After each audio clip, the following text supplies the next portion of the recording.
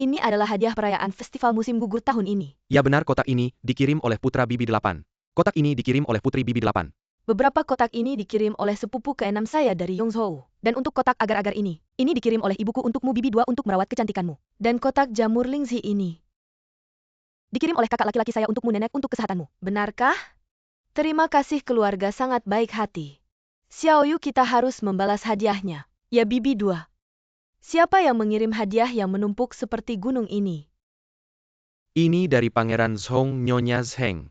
Kepala Lin Jenderal Shenli Pangeran Besar. Pangeran kedua, Pangeran keempat, dan Pangeran kelima. Dihapus 500 nama.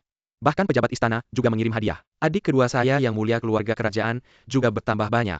Putri cucu perempuan ini sangat dihormati. Hadiah itu ringan tapi niatnya lebih penting. Saya paling suka agar-agar yang dikirim oleh keluarga. Maka sebaiknya kita memasak agar-agar. Agar-agar tumis putih telur. Apapun yang dilakukan festival musim gugur, yang terpenting adalah keluarga berkumpul bersama. Makan malam bersama dengan rapi nenek. Tahun pertama Putri menikah ke keluarga Jin. Kita harus mengundang Putri untuk makan malam dulu. Lentera di sana kok, tidak ada bunga apa-apaan ini. Saya lihat apa yang terjadi. Dulu. Kakak, biar saya bantu pekerjaan berat. Dulu. Bawa dulu ke ruang harta. Ya suami, tunggu saya.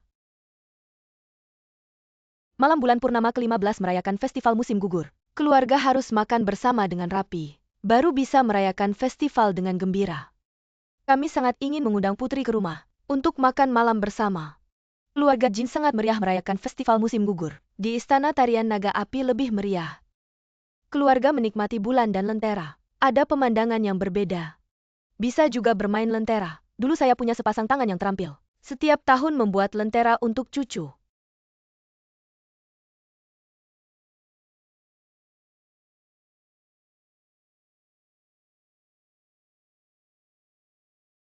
Apa kamu ingin bermain lentera? Tidak, karena nenek bekerja keras untuk uang.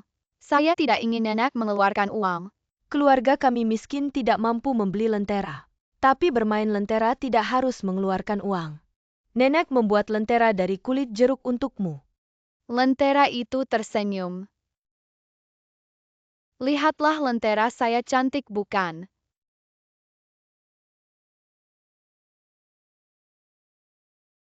Keluarga berkumpul mirai akan menikmati bulan dan berbincang-bincang. Pasti akan sangat menyenangkan.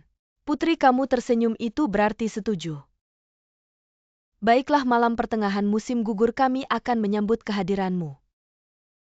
Putri benar-benar akan makan di rumah Jin. Ibu tua dan nyonya kedua secara pribadi mengundang. Sebagai putri saya harus menuruti keinginan orang tua. Saya lihat ibu tua itu suaranya keras. Mirip dengan nenek saya yang sudah meninggal. Putri berbakat dan baik hati. Saya juga tahu saya lembut dan disukai. Kecuali selir Wei itu. Selalu memusuhi saya, menganggap saya duri dalam daging. Bahkan mengirim seorang pencatat untuk mencari kesalahan saya. Daripada begitu lebih baik selesaikan dia sekali untuk selamanya. Bagaimana menyelesaikannya dengan tuntas? Kalau tuntas harus tegas. Pertama pakai kacang babi lalu obat pelunak ditambah pil penipu. Apakah ini terlalu kejam? Tidak, hati kita cukup baik. Bahkan tidak terpikir untuk menggunakan paku 7 langkah itu juga benar. Ada ular. Di mana? Bagaimana baik? Bagaimana bisa Tuan Pencatat tidak hati-hati saya bantu Anda? Jangan. Maaf, saya berdiri. Pinggang saya. Tuan Pencatat terluka, setidaknya butuh istirahat 10 hari. Saya seperti kupu-kupu yang baru lahir terbang tinggi. Ini nyonya besar keluarga Jin berpelukan seolah ada yang tidak benar. Putri bodoh, cepat pulang, kucing takut. Harimau betina galak dan tubuhnya seperti labu. Kalian menyanyi tentang saya lagi. Jangan menyanyi, ada buku tidak dibaca malah menyanyi di sini. Masa depan pasti sulit.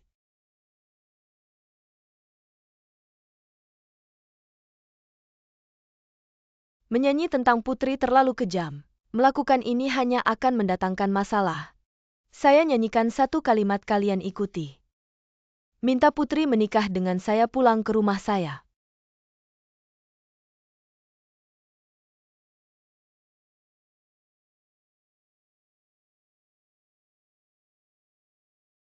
Minta putri tersenyum, awan hitam telah berlalu. Dia baik, cantik, dan penyayang, dikatakan cantik seperti bidadari.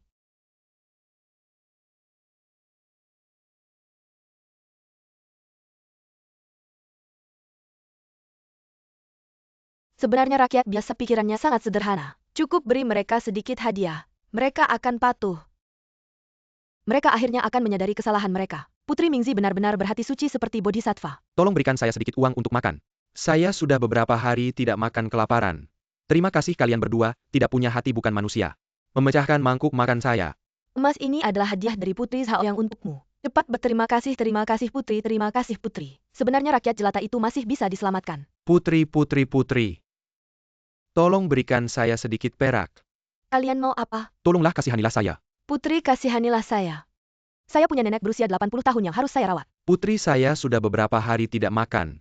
Putri, suami saya akan menjual saya ke rumah pelacuran. Neraka di dunia. Yinping memberikan emas. Sekarang Putri memberikan emas, berbarislah dengan rapi. Putri yang baik hati akan mendapat balasan yang baik, benar-benar seperti Guanyin Putri yang benar-benar seperti orang tua yang hidup kembali. Putri bodoh, cepat datang ke rumah saya. Putri bodoh, berputar-putarlah, emas dan perak akan datang. Dia mudah ditipu, mudah dibohongi, mudah ditutupi, mudah dibujuk seperti babi. Anak-anak putri mana yang seperti babi? Yaitu Putri Zhaoyang. Benar kalian bilang Putri Zhaoyang besok, apakah dia akan datang lagi? Tentu saja saya berharap dia datang, saya hanya perlu menggelarkan dan mendapat sebatang emas. Kalian bilang ini mudah sekali menghasilkan uang ya? Sulit menemukan putri yang bodoh seperti babi. Kali ini rakyat akan mendapat berkah. Ya, mendapat berkah. Bertahun-tahun perayaan festival musim gugur. Tahun ini yang paling cocok. Karena tahun ini, adik ketiga tidak perlu lagi pergi ke gunung. Kakak kedua sekarang punya teman lagi. Ya, Manusia dan bulan bersatu, melestarikan tradisi Kilyargajan. Seperti biasa, mari kita memanggil Jurong. Api membakar tanah yang subur, tidak akan miskin selamanya. Festival musim gugur paling baik, dengan menyalakan lentera. Bermain sampai usia 70 menjadi kakek buyut. kalian bertiga berjalan-jalan. Sejak kecil suka membakar lentera orang lain. Membuat tidak ada yang berani mendekati kalian. Semangat keluarga Jin, ahli menakuti setan. Xiaoyu, ya, apakah semuanya sudah siap? Putri akan segera tiba, semua makanan sudah siap. Segera setelah Putri datang, makanan bisa langsung dihidangkan. Putri paling ahli dalam tidak menepati janji. Saya yakin dia tidak akan datang hari ini. Putri datang. Menghadap Putri. Tidak perlu terlalu formal, Nyonya tua, silakan bangun. Terima kasih Putri, kami sudah menunggu lama. Putri silakan duduk.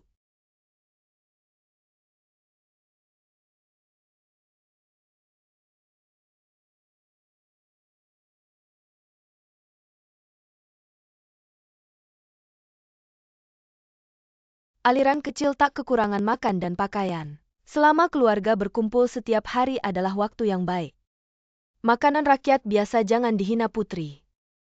Nyonya tua terlalu sopan. Putri silakan makan. Nenek makan, ibu kedua makan. Putri, ini ayam emas, silakan cicipi dengan teliti. Sumpit perak. Mengapa pikir kita akan meracuninya? Ini aturan wajib di istana. Nenek, kamu paling suka daging dada ayam, ayo. Baik-baik, tidak usah sungkan. Luofu dan Xiaoyu suka sayap satu untuk masing-masing. Terima kasih ibu kedua, maka sayap terbang bersama, ayo kakak ipar. Terima kasih paman ketiga, dulu sering merah muka dan tegang leher. Leher ayam ini memang untukmu. Terima kasih nenek, paha ayam ini tentu untuk ibu kedua. Ibu kedua sering berlari ke sana kemari, perlu tenaga kaki. Baik. Lalu siapa yang dapat bagian pada bulan 8 tanggal 15? Bulan 8 tanggal 15, sesuai musim, kakak makan. Adik ketiga makan atau berikan pada kakak, aku pasti memberikannya padamu. Adik ketiga ingat anak Pak Chen. Kamu bilang mukanya seperti bulan 8 tanggal 15. Ya, dia baru-baru ini, dia bergabung dengan tentara di Ansi. Membunuh musuh di medan perang, benar-benar hebat. Pantas saja di depan rumah Pak Chen dipasang bunga dan pita merah. Sangat gagah, duo show kita lebih hebat lagi. Dia akan menjadi pelatih tentara istana. Tapi itu harus dilakukan bertahap. Tentu saja. Kamu harus mencari jabatan di kantor militer ibu kota dulu. Jika ada kesempatan, coba keberanianmu. Ilmu bela diriku belum mencapai puncak. Adik ketiga mahir dengan pedang dan tombak. Dia pasti akan dihargai. Aku juga ingin belajar Tai Chi di Wudang. Jangan bercanda, suku padang rumput menunggu untuk kamu hadapi. Baiklah, mari kita bersulang untuk jenderal masa depan. Ayo bersulang. Bodoh sekali. Putri, mengapa kamu berkata begitu? Jin Duoshou sebenarnya tidak ingin menjadi jenderal. Kalian semua tidak mendengarnya. Kami tidak mendengar, apakah kamu bisa mendengarnya?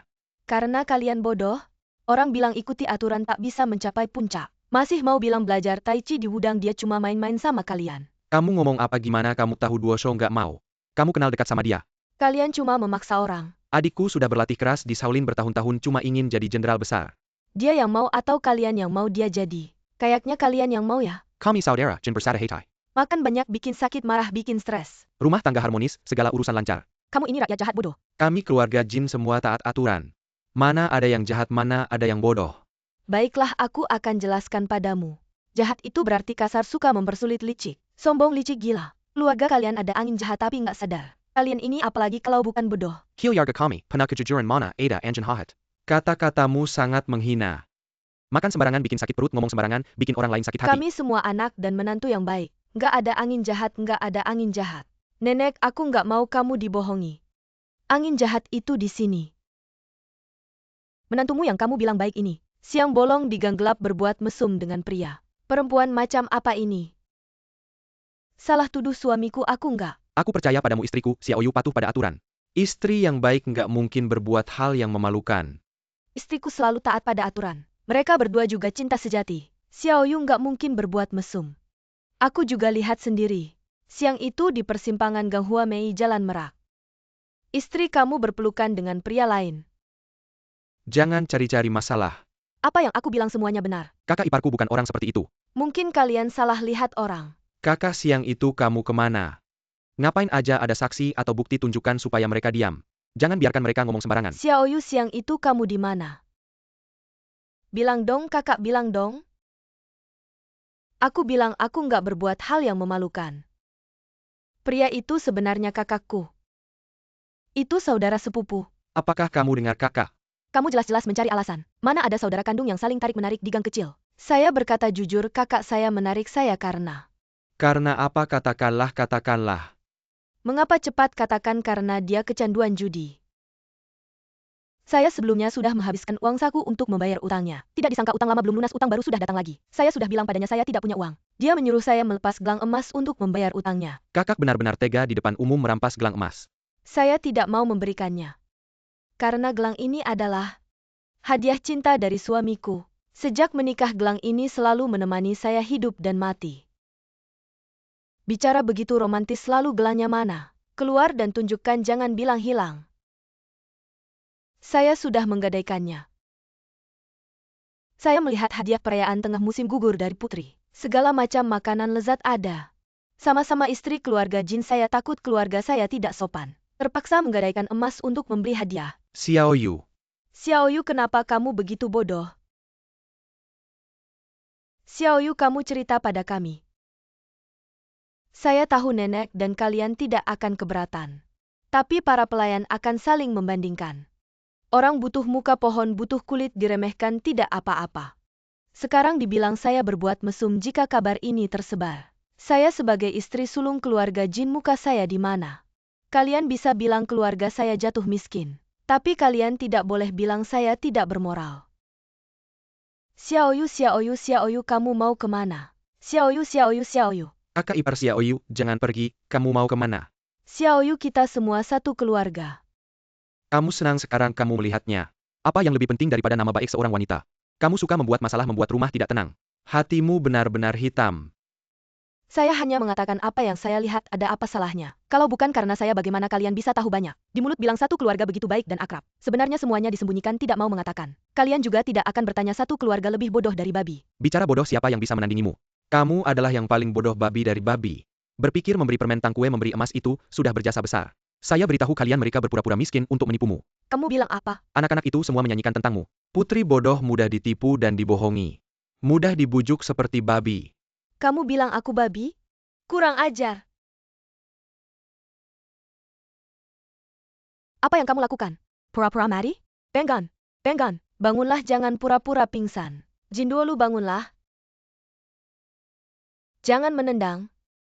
Kak adik, Berhenti menendang, Bengganlah. minggir-minggir. Paman cepat bantu Duolu masuk.